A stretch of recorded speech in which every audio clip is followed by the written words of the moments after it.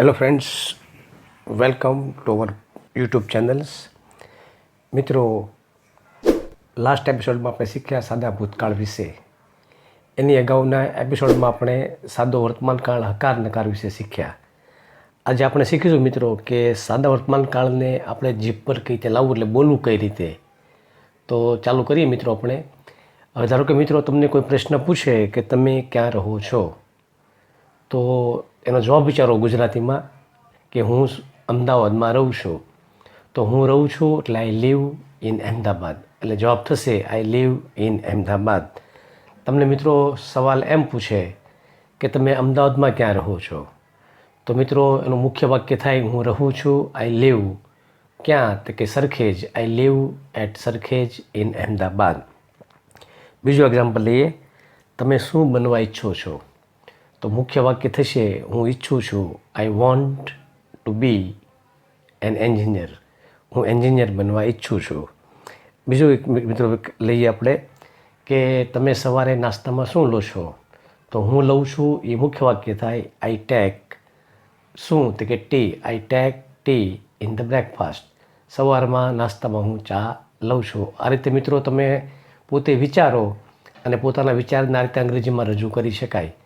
મિત્રો, આ રીતે તમે જાતે જ તમને પોતાને પ્રશ્ન પૂછો, જાતે એનો જવાબ ઇંગ્લિશમાં વિચારો. આ રીતે તમે આપમેળે જ પોતાના વિચારો અંગ્રેજીમાં રજૂ કરતા શીખી જશો. મિત્રો, આપને પ્રશ્ન થતો હોય છે કે વિચારવામાં થોડો સમય પણ લાગે છે. મિત્રો, જેમ જેમ તમે પ્રેક્ટિસ કરશો એમ તમારે અંગ્રેજીમાં વિચારવાનો જે સમય લાગે છે એ સમય ધીરે ધીરે ઘટતો જશે.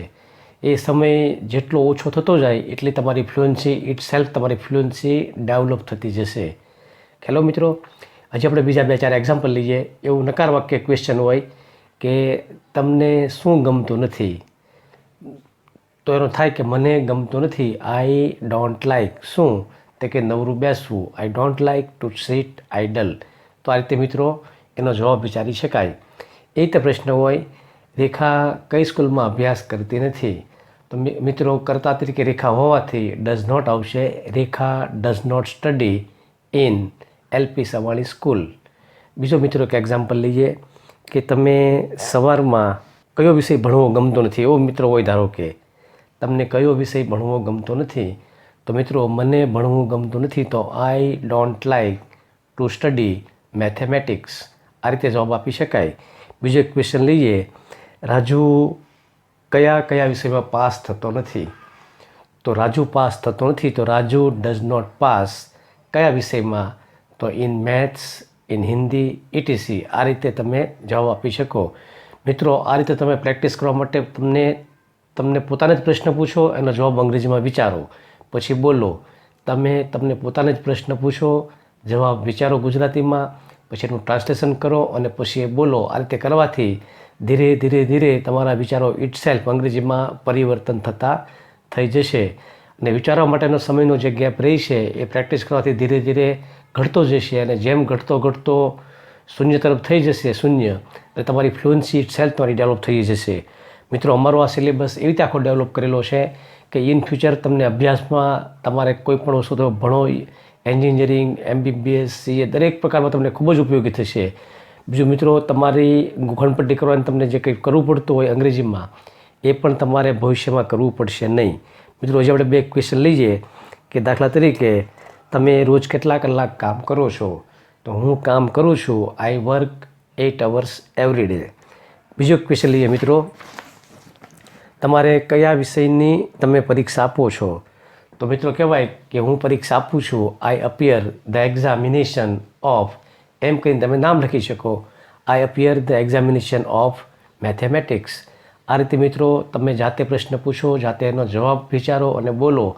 આ રીતે કરવાથી તમારા વિચારો ઇટસેલ્ફ ઇંગ્લિશમાં ટ્રાન્સફર થતા જશે.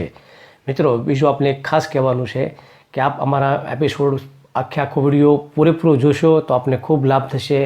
બીજું મિત્રો, આપને અમારા વિડીયોમાંથી કંઈક શીખવા મળતું હોય તો જરૂરથી લાઈક કરજો, સબસ્ક્રાઈબ કરજો અને તમારા ગ્રુપમાં શેર પણ કરજો. મિત્રો, તમે કરેલું લાઇક, સબસ્ક્રાઈબ અને શેર અમારા ઉત્સાહમાં ખરેખર ખૂબ વધારો કરે છે, જેથી અમે તમને સારું પીરસી શકીએ છીએ અંગ્રેજી શીખવાડવા માટેનું.